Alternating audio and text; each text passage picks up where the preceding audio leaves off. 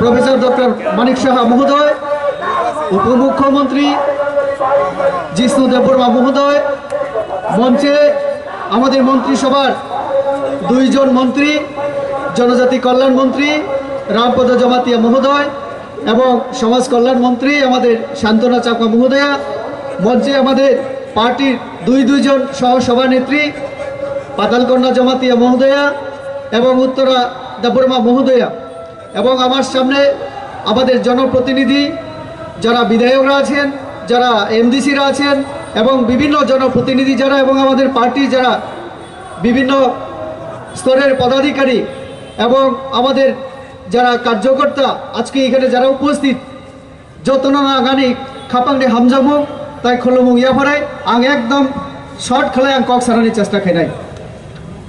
আমরা সবাই জানি যে এর আগে আজকের আগে আমরা সাব জোনাল লেভেলে এবং জোনাল লেভেলে আমরা চার্জশিট দাখিল করেছিলাম। সেই জোনাল এবং সাব জোনালে চার্জশিট যে দাখিল করেছি তাতে আমরা কি বলেছিলাম? আমরা বলেছিলাম যে auditor general government of India একটা চিঠি লিখেছিলেন আমাদের মাননীয় রাজ্যপালকে। সেই চিঠিতে উল্লেখ করে বলেছিলেন ত্রিপুরা রাজ্যের যে TTAADC অটোনমাস ডিস্ট্রিক্ট কাউন্সিল, যে ডিস্ট্রিক্ট কাউন্সিলে এখন ত্রিপুরা মাথার অধীনে প্রশাসন চলছে, গত এডিসি নির্বাচনে তারা সেখানে তাদের সরকার গঠন হওয়ার পরে তাদের সরকার চলছে।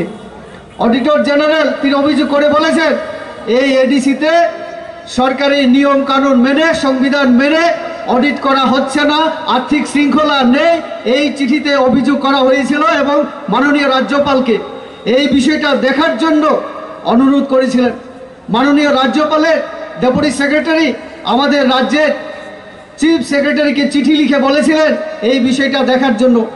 আমাদের চিফ সেক্রেটারি আমাদের এডিসির যিনি CEO চিফ এক্সিকিউটিভ অফিসারকে চিঠি লিখে বিষয়টা দেখার জন্য বলেছিলেন, কিন্তু আমাদের পার্টির তরফ থেকে আমরা পর দুইবার আমরা সাব জোনাল লেভেলে জোনাল লেভেলে আমরা ডেপুটেশন দিয়ে চার্জশিট দাখিল করেছি। সাবমিট করে আমরা এই এডিসিতে অডিট করানোর জন্য, আর্থিক শৃঙ্খলা আনার জন্য এবং জনগণের টাকার হিসাব দেওয়ার জন্য আমরা বারবার বলেছিলাম।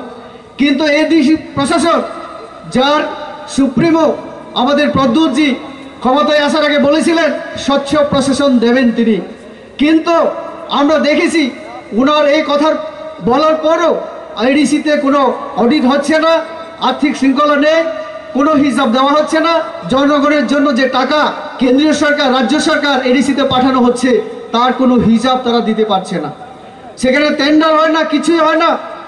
এই অভিযোগ করার আজকে 3-4 মাস পরও তারা কোনো পদক্ষেপ তারা গ্রহণ করেনি। তার জন্য পার্টির উদ্যোগে আমরা আজকে জনজাতি মোর্চার উদ্যোগে বিশেষ করে এবং আমাদের প্রদেশের উদ্যোগে পার্টি আজকে রাজভবন অভিযানে আমরা সামিল হয়েছি। আমাদের প্রতিনিধিরা গেছেন, সেখানেও তারা আলোচনা করবেন যে কেন আজকে আমাদের এই জমায়েত করতে হলো এবং এই যে চার্জশিট দাখিল আমাদের কেন করতে হলো। এডিসি আমরা জানি আমাদের সংবিধানের 6ষ্ঠ তফসিল মোতাবেক এডিসি গঠন করা হয়েছে, তার মানে এই এডিসি সাংবিধানিক প্রতিষ্ঠান। এখানে যেগুলি প্রশাসন হবে কাজ হবে সেটা সাংবিধানিক নিয়ম মেনে করতে হবে, আর এই এডিসি প্রশাসন সেটা করছে না, এটা হচ্ছে আমাদের অভিযোগ। আমাদের নরেন্দ্র মোদীজি কি বলেছিলেন না খাউঙ্গা না খানি দুঙ্গা। আপনারা কি এই কথা আপনারা কি সবাই সমর্থন করেন? সবাই সমর্থন করেন। আমরা দুর্নীতি আমরা প্রশ্রয় দেব না, তার জন্য যেখানে দুর্নীতি সেখানে আমরা রুখে দাঁড়াবো। আর তার জন্য আমরা এই আমাদের মাননীয় রাজ্যপালের কাছে আমাদের এই চার্জশিট দাখিল। আমরা ওনাকে বলবো যে এডিসি এই যে প্রশাসনকে তাদের যে আর্থিক শৃঙ্খলা নেই, অডিট হচ্ছে না, সেটা যেন করানোর জন্য তিনি হস্তক্ষেপ করেন। ওনার ক্ষমতা আছে যে এডিসিতে তদন্ত কমিটি বসিয়ে তিনি তার যে জনগণের জন্য যে টাকা কেন্দ্রীয় সরকার রাজ্য সরকার আমরা এডিসিকে দিয়েছিলাম তার সদ্ব্যবহার যেন হয়, জনগণের জন্য যেন খরচা করা হয়, উন্নয়নের জন্য যেন খরচা করা হয়। আমাদের রাজ্য সরকারের তরফ থেকে সেখানে হসপিটাল নির্মাণের জন্য, পুরাতন কাউন্সিলের জন্য, বিভিন্ন স্কিমে বিভিন্ন কাজের জন্য টাকা দেওয়া হয়েছিল, তার একটাও তারা হিসাব দেয়নি। কোনো সাব জোনাল লেভেলে এখনো পর্যন্ত তাদের এই যে প্রায় 2 বছর হতে চলেছে কোথাও অডিট করা হয় না, কোনো কাজের টেন্ডার হয় না, কোনো বাউচার তারা রাখে না, এটা আমার কথা না, এটা অডিটর জেনারেল তার চিঠিতে উল্লেখ করে বলেছেন মাননীয় রাজ্যপালকে। তো কাজে আমি আমার আলোচনা দীর্ঘায়িত করব না, আমাদের মাননীয় মুখ্যমন্ত্রী উপমুখ্যমন্ত্রী ওনারাও আলোচনা করবেন। আমি একটাই কথা বলবো, আজকে বিরোধী দলগুলি সিপিআইএম কংগ্রেস এতদিন আমরা দেখেছিলাম ত্রিপুরা রাজ্যের মধ্যে তারা কুস্তি করে দেখাতো, আর দিল্লিতে গিয়ে চুপি চাপি তারা দুস্তি করে এই রাজ্যে সিপিএমকে দীর্ঘদিন ক্ষমতায় রেখেছিল। এই সিপিএম এর বিরুদ্ধেও আমাদের বিমল চাকমা মহোদয় উনি আজকে রাজ্যপালের কাছে গেছেন প্রতিনিধির হয়ে, যে ৩-৪ জন গেছেন তার মধ্যে উনি অভিযোগ করেছিলেন যে সিপিআইএম এর সময় প্রায় 5 কোটি প্রায় 75 লক্ষ টাকা সিপিএম এর যে লাস্ট যে টেনিউর ছিল সেই সময় তার কোনো হিসাব তারা দিতে পারেনি। অর্থাৎ সিপিএম কেন আজকে এই মথা প্রশাসনের বিরুদ্ধে কথা বলছে না, কংগ্রেস কেন কথা বলছে না? কারণ এই পার্টিগুলো সব দুর্নীতিগ্রস্ত। এই জন্যই এই এডিসিতে যা হচ্ছে তার আওয়াজ, তার বিরুদ্ধে কোনো কথা তারা বলে না। তো কাজে এই করাপ্টেড পার্টিগুলিকে এই ত্রিপুরা রাজ্যে যদি আবার ফিরিয়ে আনি, আমাদের ত্রিপুরা রাজ্যের যে উন্নয়ন হচ্ছে মাননীয় ডক্টর মানিক সাহার নেতৃত্বে, জিষ্ণু দেববর্মাজির নেতৃত্বে এই উন্নয়ন স্তব্ধ হবে।